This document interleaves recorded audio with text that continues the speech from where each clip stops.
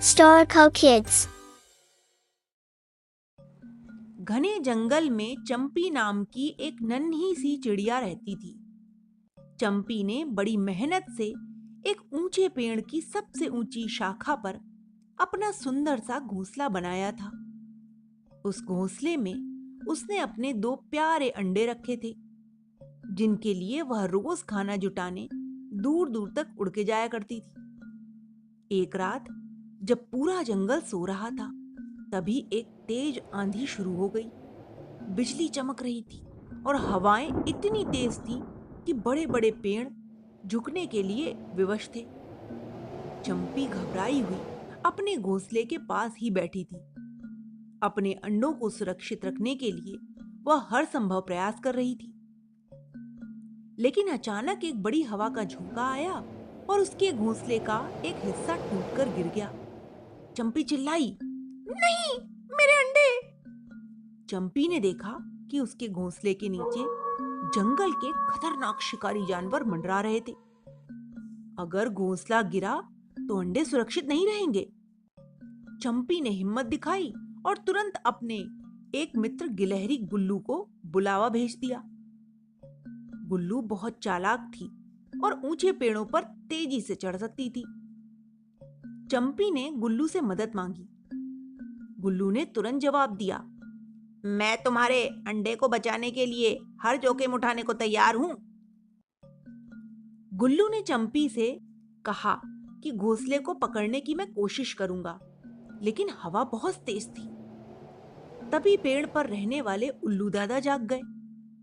उन्होंने कहा, मैं अपनी मजबूत चोंच से इसे सहारा दूंगा।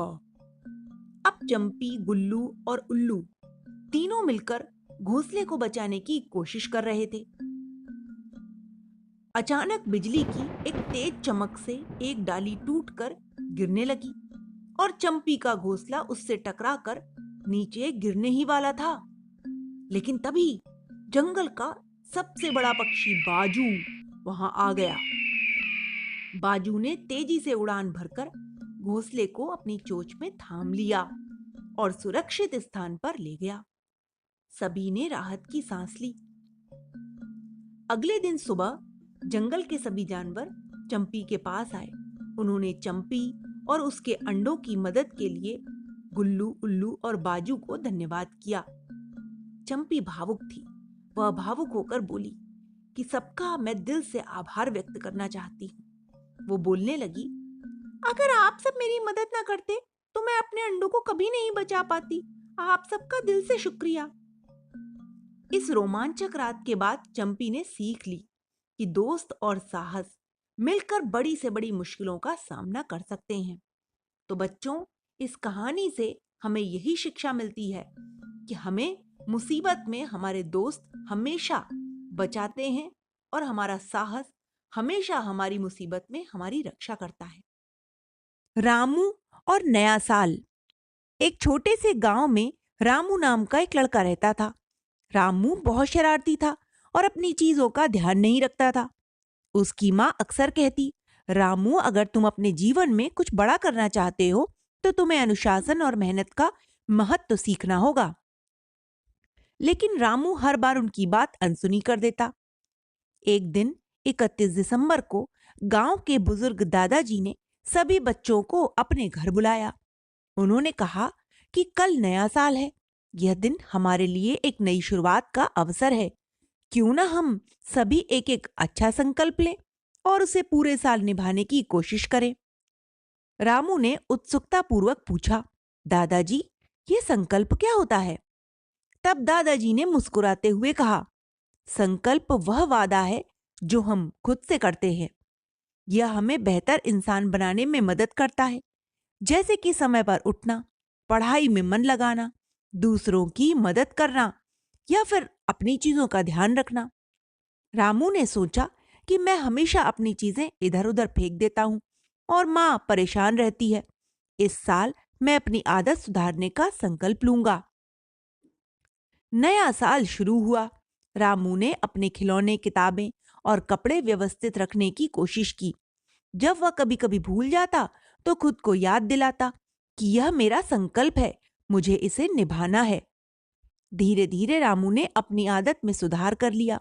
उसकी माँ अब बहुत खुश थी और वो रामू को सराहती भी थी। निस्संदेह रामू को अपनी इस आदत को सुधारने में बहुत समय भी लगा और बहुत कष्ट भी हुआ, परंतु रामू ने अपने संकल्प को पूरी ईमानदारी के साथ निभाया। गांव के अन्य बच्चों ने भी अपने अपने संकल्प पूरे करने की कोशिश की। दादाजी ने साल के अंत में सभी बच्चों को बुलाया और कहा, देखो बच्चों, यह है नए साल का असली मतलब, खुद को बेहतर बनाना। तब रामू ने गर्व से कहा, मैंने सीखा है कि मेहनत और अनुशासन से हम कुछ भी प्राप्त कर सकते हैं। तो बच्चों, इस कहानी से हमें यही शिक्षा मिलती है कि नया साल खुद को सुधारने और नई अच्छी आदतें अपनाने का समय है। छोटे छोटे संकल्प हमें बड़ा और अच्छा इंसान बनने में मदद करते हैं। Okay bye.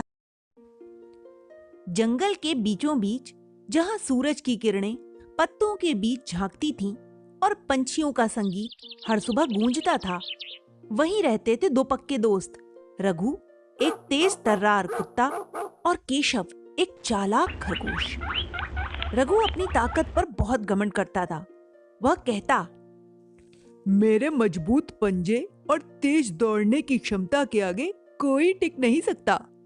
दूसरी ओर केशव अपनी चतुराई पर नाज करता था। वह अक्सर कहता, चतुराई से हर मुश्किल का हल निकाला जा सकता है दोस्त। एक दिन दोनों ने तय किया कि वे जंगल में छिपे खजाने को ढूंढेंगे। खजाना एक बड़े पेड़ के नीचे गड़ा हुआ था, लेकिन रास्ता बहुत खतरनाक था। रघु ने कहा, मैं जल्दी दौड़कर खजाना ढूंढ लूंगा, तुम्हें बस मेरे पीछे पीछे आना है। केशव मुस्कुराया, ठीक है, लेकिन अपनी तेज दौड़ने की आदत में भूल मत जाना कि समझदारी की भी जरूरत पड़ सकती है। जैसे ही दोनों चल पड़े, रास्ते में एक गहरी खाई आ गई। रघु ने सोचा, मैं तो लंबी छलांग मारकर इसे पार कर लूंगा। और उसने बिना सोचे समझे छलांग लगा दी। पर वह खाई के बीच में लटक गया। अब वह न आगे बढ़ सकता था और न पीछे। उसने घबरा कर केशव को पुकारा। केशव ने कहा, देखा, ताकत से ज्यादा जरूरी है समझदारी। रुको, मैं कुछ करता हूं। केशव ने जल्दी से पास में पड़ी बेलों को काटा और एक मजबूत रस्सी बनाई और उसे खाई में फेंक दिया। रघु ने रस्सी पकड़ी और दोनों मिलकर खाई पार कर गए। आखिरकार दोनों ने खजाना ढूंढ ही लिया, लेकिन खजाने से भी ज्यादा कीमती सबक उन्होंने सीखा।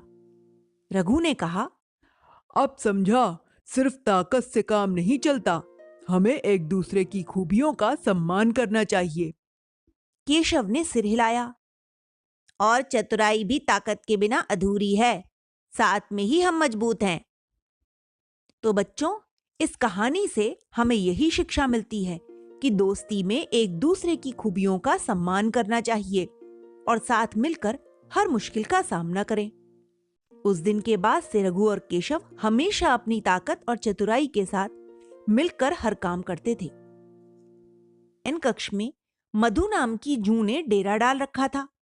रात को जब राजा सोने जाता तो वह चुपके से बाहर निकलती और राजा का खून चूसकर फिर अपने स्थान पर जा छिपती। संयोग से एक दिन नानू नाम का एक खटमल भी राजा के शयन कक्ष में आ पहुंचा। जूं ने जब उसे देखा तो वहां से चले जाने को कहा। उसे अपने अधिकार क्षेत्र में किसी अन्य का दखल सहन नहीं था, लेकिन खटमल भी कम चतुर नहीं था। वह बोला, देखो, मेहमान से इस तरह बर्ताव नहीं किया जाता। आज रात मैं तुम्हारा मेहमान हूं। जूं अंततः खटमल की चिकनी चुपड़ी बातों में आ गई और उसे शरण देते हुए बोली, ठीक है, तुम यहाँ रात भर रुक सकते हो, लेकिन राजा को काटोगे तो नहीं, उसका खून चूसने के लिए। तब खटमल बोला, लेकिन मैं तुम्हारा मेहमान हूं, मुझे कुछ तो दोगी खाने के लिए, और राजा के खून से बढ़िया भोजन और क्या हो सकता है। ठीक है, जूं बोली, तुम चुपचाप राजा का खून चूस लेना, उसे पीड़ा का एहसास नहीं होना चाहिए। जैसा तुम कहोगी, बिल्कुल वैसा ही होगा। कहकर खटमल शयन कक्ष में राजा के आने की प्रतीक्षा करने लगा। राजा रात ढलने पर आया और बिस्तर पर पड़कर सो गया। खटमल सब कुछ भूलकर राजा को काटने के लिए दौड़ा और खून चूसने लगा। ऐसा स्वादिष्ट खून उसने पहली बार चखा था, इसलिए वह जोर जोर से काटकर खून चूसने लगा।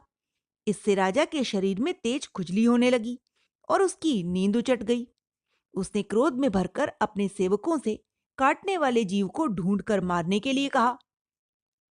यह सुनकर चतुर खटमल तो पलंग के पाए के नीचे जाकर छिप गया, लेकिन चादर के कोने में जा बैठी जूं राजा के सेवकों की नजर में आ गई। उन्होंने उसे पकड़ा और मार डाला।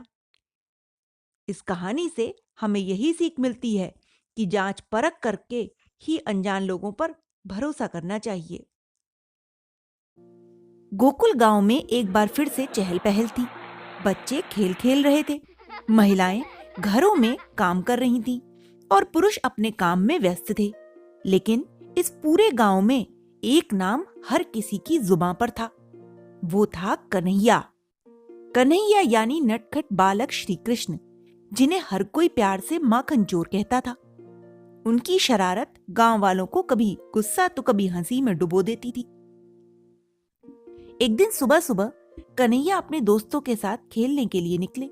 खेलते खेलते उनकी नजर माँ यशोदा के मटके पर पड़ी, जो मक्खन से भरा हुआ था।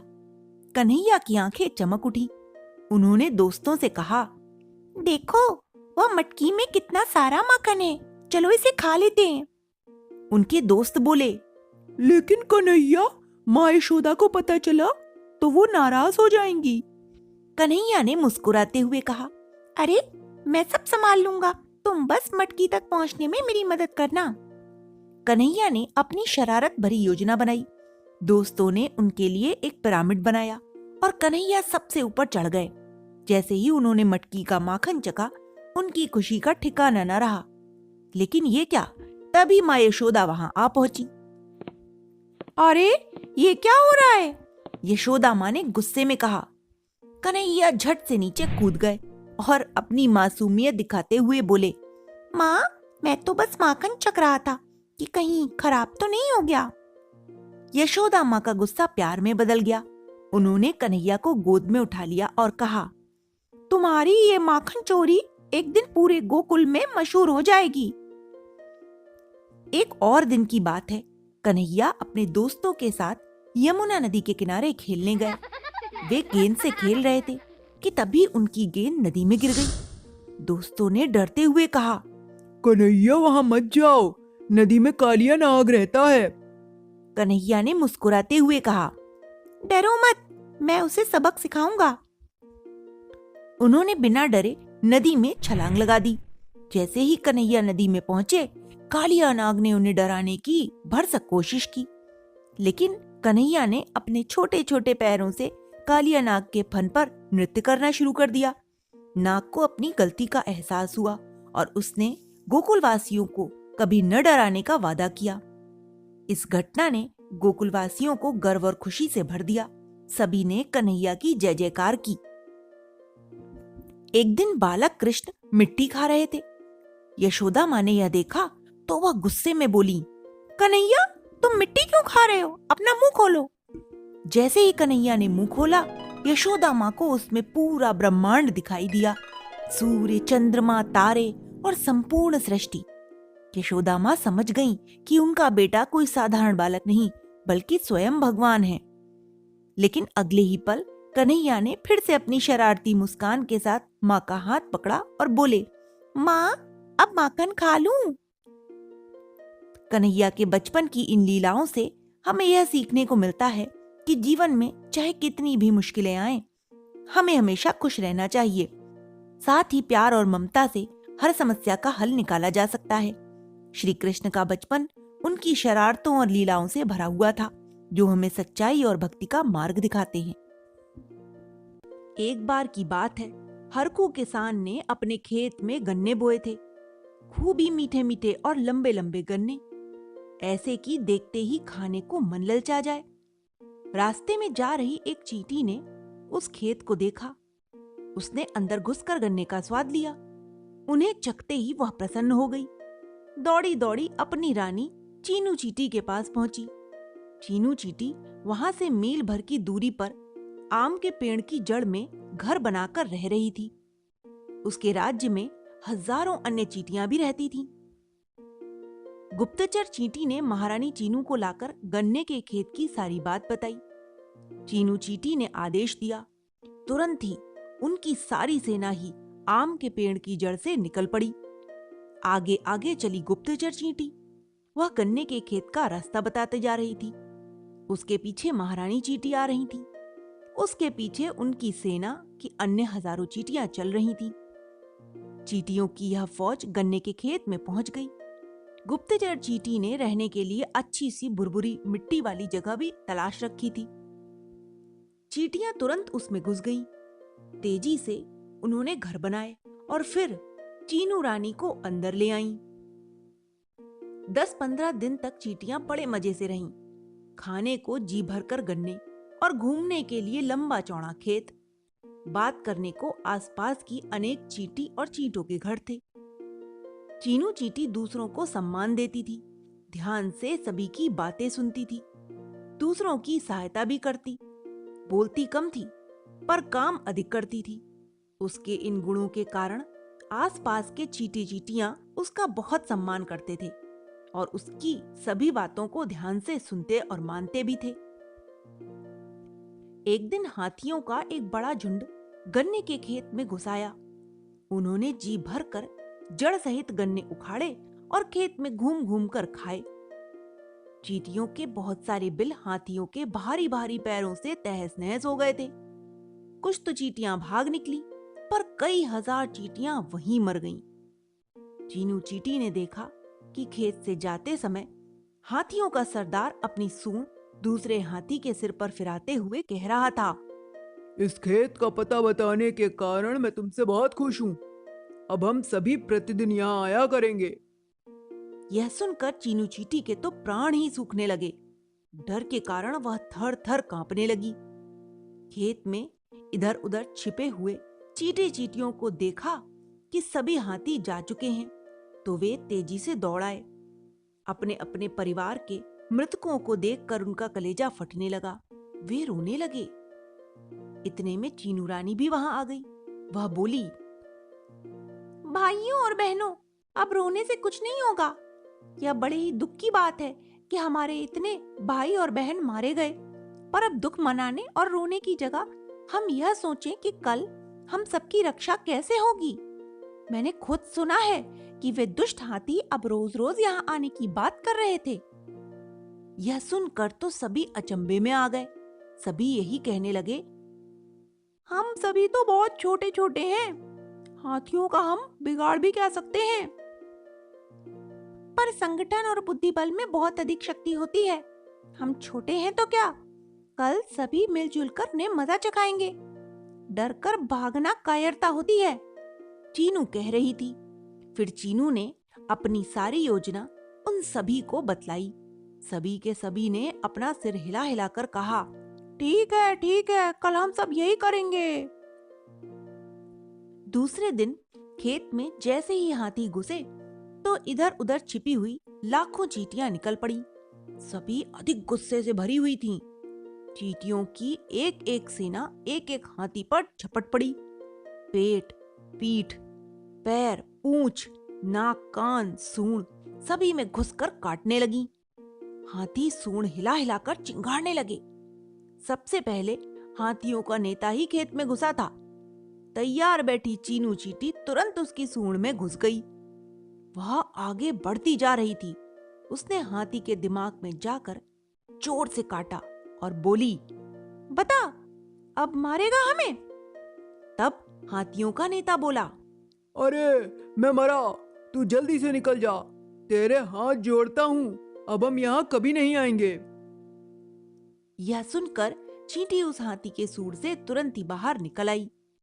हाथियों का नेता अपनी सूंड ऊपर उठाकर दांतों को निकालकर जोर से चिंगाड़ा, भाइयों, यहाँ खैर नहीं है, तुरंत भाग चलो यहाँ से। अपने नेता की बात सुनकर सारे हाथी तेजी से खेत से बाहर निकलने लगे। चींटियों ने भी उनका पीछा करना छोड़ दिया और सभी नीचे उतर आईं। सभी चींटियों ने चीनू की जय जयकार की। वे आपस में कह रही थीं, महारानी चीनू ने ठीक ही कहा था कि आपत्ति में भी यदि धैर्य रखा जाए, सभी मिलजुल कर युक्ति से समस्या सुलझाएं, तो बड़े से बड़ा संकट भी टाला जा सकता है। संगठित होकर धैर्यपूर्वक काम करने वाले सदैव विजय पाते हैं। तो बच्चों, इस कहानी से हमें यही सीख मिलती है कि संगठन में बहुत शक्ति होती है और व्यक्ति को विपत्ति के समय सदैव धैर्य से काम लेना चाहिए। शीला नाम की एक बकरी थी। उसके 2 प्यारे प्यारे बच्चे थे। शीला उनका बड़ा ध्यान रखती, खूब दूध पिलाती थी, हरी हरी घास खिलाती। कुछ ही दिनों में दोनों बच्चे गोल मटोल मोटे ताजे हो गए। शीला ने उनके पैरों में घुंघरू बांध दिए थे। दोनों छम छम करके घर में कभी इधर तो कभी इधर घूमते। जो भी उन बच्चों को देखता उसका जी खुश हो जाता था। दोनों बड़े शिष्ट और आज्ञाकारी भी थे। जो भी उनके घर आता उससे नमस्ते करते थे, सभी से विनम्रता पूर्वक बातें करते। एक दिन शीला के घर भालू दादा आए। वह पास के एक स्कूल के प्रधानाचार्य थे। जंगल के जानवरों के इतने बच्चे उनके स्कूल में आते थे कि वह खचाखच भरा रहता था। भालू दादा ने बकरी के बच्चों चिंटू और पिंटू को देखा। उनकी शिष्टता से वे बहुत प्रभावित हुए।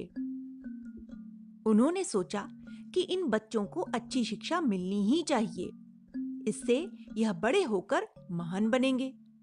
उन्होंने बकरी से कहा, दीदी, तुम इन बच्चों को स्कूल में दाखिल क्यों नहीं करा देती? तुम जानते ही हो भैया, इनके पिता तो हैं नहीं। खाने पीने का इंतजाम भी मुझे ही करना पड़ता है। मैं सुबह ही चली जाती हूँ और दिन छिपे घर वापस आती हूँ। मेरे पास इतना समय नहीं कि मैं इन्हें स्कूल छोड़ने आऊँ और फिर समय से लेने भी आऊँ। बकरी भालू दादा से कहने लगी, पर ये तुम्हारे बच्चे तो बड़े समझदार हैं, अकेले ही आ जा सकते हैं। भालू कहने लगा, भैया, कालू भेड़िया बिना किसी बात के मुझसे दुश्मनी बांधे बैठा है। वह इन बच्चों को भी खाने की ताक में रहता है।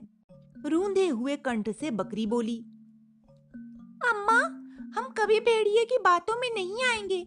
घर से स्कूल और सीधे स्कूल से घर ही आएंगे। कृपा करके हमें भी स्कूल जाने की आज्ञा दे दो। चिंटू पिंटू दोनों ने एक साथ बोला। भालू दादा भी कहने लगे कि बच्चों को घर बिठाने से क्या लाभ, घर में तो ये बेकार के काम करते हैं। स्कूल जाकर पढ़ेंगे तो नई चीजें सीखेंगे, समय का सदुपयोग भी होगा। ये बहुत अच्छे बच्चे बनेंगे। भालू दादा ने ये भी कहा कि स्कूल की माई लोमड़ी बच्चों को ले जाया करेगी और घर छोड़ जाया करेगी। इस बात पर शीला बच्चों को पढ़ाने के लिए तैयार हो गई। दूसरे दिन वह उन्हें स्कूल में दाखिल भी कराई आई। शीला ने बच्चों को अच्छी तरह से समझा दिया था कि वे स्कूल से सीधे घर ही आएं। इसी प्रकार घर से सीधे स्कूल ही जाएं, इधर उधर कहीं न जाएं। रास्ते में कोई कुछ चीज दे भी तो कभी न लें। कोई कहीं चलने को कहे तो मना कर दें। उसने बच्चों को बताया कि कालू भेड़िया आदि बच्चों को मिठाई आदि देकर बहकाते हैं, फिर बहकाकर अपने घर ले जाते हैं। वहां वे उन्हें मारकर खा जाते हैं। चिंटू पिंटू दोनों ने मां को विश्वास दिलाया कि वे कभी भी किसी की बातों में नहीं आएंगे। अब कालू भेड़िए को पता लग गया कि चिंटू पिंटू पढ़ने जाते हैं। उसने सोचा किसी प्रकार दोनों को पकड़ लेना चाहिए। फिर एक दिन कालू एक थैले में रस भरी गरम गरम जलेबियां भर लाया। पेड़ के नीचे बैठकर चिंटू पिंटू का इंतजार करने लगा। कुछ देर बाद उसने देखा कि वे दोनों बच्चे हाथ में अपना स्कूल का बैग लटकाकर लोमड़ी माई के साथ चले आ रहे हैं। कालू बढ़कर बोला, लो बच्चों, गरम गरम जलेबी खाओ। चिंटू को सहसा मां की सीख याद आ गई। उसने जलेबी लेने से मना कर दिया। कालू ने बार बार कहा, थोड़ी सी चख तो लो। पर चिंटू बार बार मना करता रहा। हार कर कालू को वापस जाना पड़ा। इधर पिंटू थोड़ा छोटा था। जलेबी देखकर उसका मन मचल गया। भालू के जाने के बाद वह बोला, भैया, वह इतना अधिक कह रहा था तो थोड़ी सी जलेबियां चख लेने में हानि ही क्या थी? नहीं पिंटू, माँ ने मना किया था ना। माँ की बात तो हमें माननी ही चाहिए। चिंटू समझाने लगा। घर पहुंचकर चिंटू ने सारी बातें माँ को बतलाईं। शीला ने उसकी पीठ थपथपाते हुए कहा कि तुमने बहुत अच्छा किया। बच्चों को पकड़ने वाले खाने पीने की चीजों में बेहोशी की दवा मिला देते हैं, फिर बच्चों को गठरी में बांधकर ले जाते हैं। कुछ दिनों बाद की बात है। चिंटू पिंटू चले जा रहे थे। एकाएक कालू भेड़िया उनके रास्ते में आ गया। उसके हाथ में बिस्कुट का डिब्बा था। वह कहने लगा, लो बच्चों, ये तुम्हारी माँ ने स्कूल में भिजवाया है तुम्हारे लिए। कौन हो तुम? चिंटू ने भौवे चढ़ाकर पूछा। अरे, मैं तुम्हारा मामा हूँ बच्चों, तुम मुझे जानते नहीं क्या? कालू कहने लगा। तुम हमारे मामा हो तो घर आना, माँ से मिलना, तभी हम यह लेंगे। कहते हुए चिंटू आगे बढ़ गया। माई लोमड़ी ने भी कहा, ले लो बेटा, मामा से मना क्यों करते हो? पर चिंटू पिंटू दोनों ही ने बिस्किट लेने से मना कर दिया। वे स्कूल की ओर बढ़ गए। बच्चों को फुसलाने की कालू की सारी कोशिशें बेकार हो गईं। अब तो पिंटू और चिंटू बड़े भी हो गए हैं। कालू भेड़िया जब भी उन्हें देखता है तो लाचार होकर अपने होठों पर जीभ फिराकर ही रह जाता है। माँ की आज्ञा पालन करने से चिंटू पिंटू दोनों ही भेड़ियों का शिकार होने से बच गए। अब भी वे अपनी माँ की हर बात मानते हैं। यही कारण है कि वे बड़े ही गुणवान बन गए हैं। सभी उनकी बहुत ही प्रशंसा करते हैं। तो बच्चों, इस कहानी से हमें यही सीख मिलती है कि हमें हमेशा अपनी माँ का कहा मानना चाहिए और रास्ते में किसी भी अनजान व्यक्ति से न कुछ लेना चाहिए और न उनके साथ कहीं जाना चाहिए। एक बहुत बड़ा तालाब था। तालाब के पास एक बगीचा था जिसमें अनेक प्रकार के पेड़ पौधे लगे थे। दूर दूर से लोग वहां आते और बगीचे की तारीफ करते। गुलाब के पौधे पर लगा पत्ता हर रोज लोगों को आते जाते देखता और फूलों की तारीफ करते सुनता। उसे लगता कि हो सकता है कि एक दिन कोई उसकी भी तारीफ करे। पर जब काफी दिन बीत जाने पर भी किसी ने उसकी तारीफ नहीं की तो वो काफी हीन महसूस करने लगा। उसके अंदर तरह तरह के विचार आने लगे। सभी लोग गुलाब और अन्य फूलों की तारीफ करते नहीं थकते और मुझे कोई देखता तक नहीं। शायद मेरा जीवन किसी काम का नहीं। कहाँ ये खूबसूरत फूल और कहाँ मैं। अपने इन विचारों से काफी हीन महसूस करने लगा। दिन यूं ही बीत रहे थे। एक दिन जंगल में बड़ी जोर की हवा चली और देखते ही देखते आंधी का रूप ले लिया। हवा के कारण बगीचे के पेड़ पौधे तहस नहस होने लगे। देखते ही देखते सभी फूल जमीन पर गिर गए। पत्ता भी अपनी शाख से अलग हो गया और उड़ते उड़ते तालाब में जा गिरा। वह पानी पर तैर रहा था कि तभी उसने देखा कि उससे कुछ ही दूर पर कहीं से एक चींटी हवा के झोंकों की वजह से तालाब में आ गिरी थी और अपनी जान बचाने के लिए संघर्ष कर रही थी। चींटी प्रयास करते करते थक चुकी थी और उसे अपनी मृत्यु निकट ही लग रही थी कि तभी पत्ते ने उसे आवाज दी, घबराओ नहीं, आओ मैं तुम्हारी मदद कर देता हूँ। ऐसा कहते हुए उसने चींटी को अपने ऊपर बिठा लिया। आंधी रुकते रुकते पत्ता तालाब के किनारे पर पहुंच गया। चींटी किनारे पर पहुंचकर बहुत खुश हुई और बोली, आपने आज मेरी जान बचाकर बहुत बड़ा उपकार किया है मुझ पर। सचमुच आप महान हैं।